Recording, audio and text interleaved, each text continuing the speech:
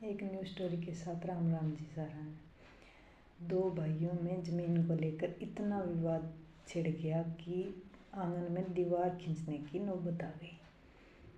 कुछ लोग बड़े भाई की तरफ खड़े थे तो कुछ लोग छोटे भाई की तरफ। बड़े भाई से लोग बोलने लगे कि क्या समय आ गया है, क्या ज़माना आ गया है।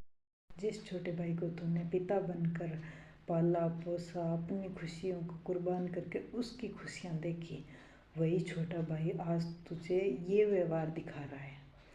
तो यही कुछ छोटे भाई के साथ था।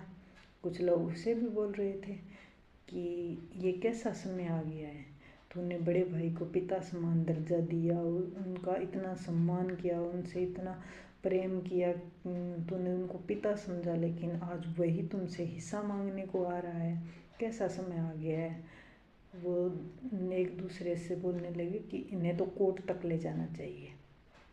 और छोटे को बड़े भाई के खिलाफ़ बोल रहे थे और बड़े को छोटे भाई के खिलाफ़ बोल रहे थे। तो ऐसे करते करते बंटवारा तय हो गया। जब बंटवारे का समय आया तो दोनों भाई बहुत मायूस थे और आंगन में इधर उधर घूमने लगे कि पता नहीं ये नज़ारा कभी देखने को मिलेगा भी या नहीं भी। तो ऐसे करते करते घूमते घूमते छोटे भाई को अपनी माँ का एक संदूक मिला। तो उसने उस संदूक को खोल कर देखा तो उसमें उसके नाम का एक पत्र पड़ा था। उसने वो उठाया और खोल कर पढ़ने लगा। तो उसमें लिखा था कि बेटा तू कभी अपने बड़े भाई से अलग मत होइयो, क्योंकि तेरा बड़ा भाई तुझसे बहुत प्यार करता है। एक बार तू बहुत छोटा था तब बीमार हो गया, बहुत ज़्यादा बीमार हो गया। तो किसी ने उससे कहा कि अगर तू 21 दिन का उपवास कर लेगा ना तो तेरा छोटा भाई एकदम सही हो जाएगा। तो उसने बिना कुछ सोचे समझे अपनी परवाह किए बगैर उसने 21 दिन का उपवास रख लिया और उसका ऐसा हुआ भी। भगवान ने उसके प्रार्थना भी सुनी और वो एकदम सही हो गया। हालांकि वो बहुत बीमार हो गया। तो वो तुझसे बहुत प्यार करता है, तो कभी अपने बड़े भाई से अलग होने के बारे में मत सोचिए, वो पूरी तरीके से टूट जाएगा।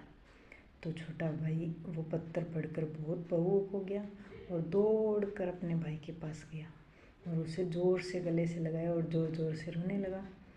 ये देखकर बड़ा भाई भी भावुक हो गया और उसने भी उसके कस के गले लगाया और उसे रोता देखकर वो खुद रोने लगा। तो इस बड़े भाई को भी ये एहसास हुआ कि मेरे जीवन की जायदाद तो असली यही है। तो ये नज़ारा देखकर गांव वाले जो मनोरंजन देखने के लिए आए थे वो धीरे धीरे करके खिसकने लगे, क्योंकि अब मनोरंजन का मसाला नहीं बचा था। तो दोस्तों, तो घर में दीवार ईंटों से नहीं दूसरों की बातों से चुनी जाती है।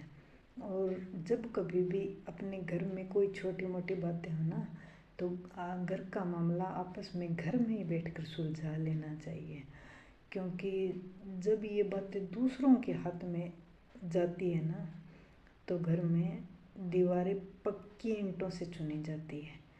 तो अपने घर का मामला अपने घर में सुलझा लेना बेहतर है। तो कैसी लगी मेरी आज की स्टोरी मुझे कमेंट में ज़रूर बताना।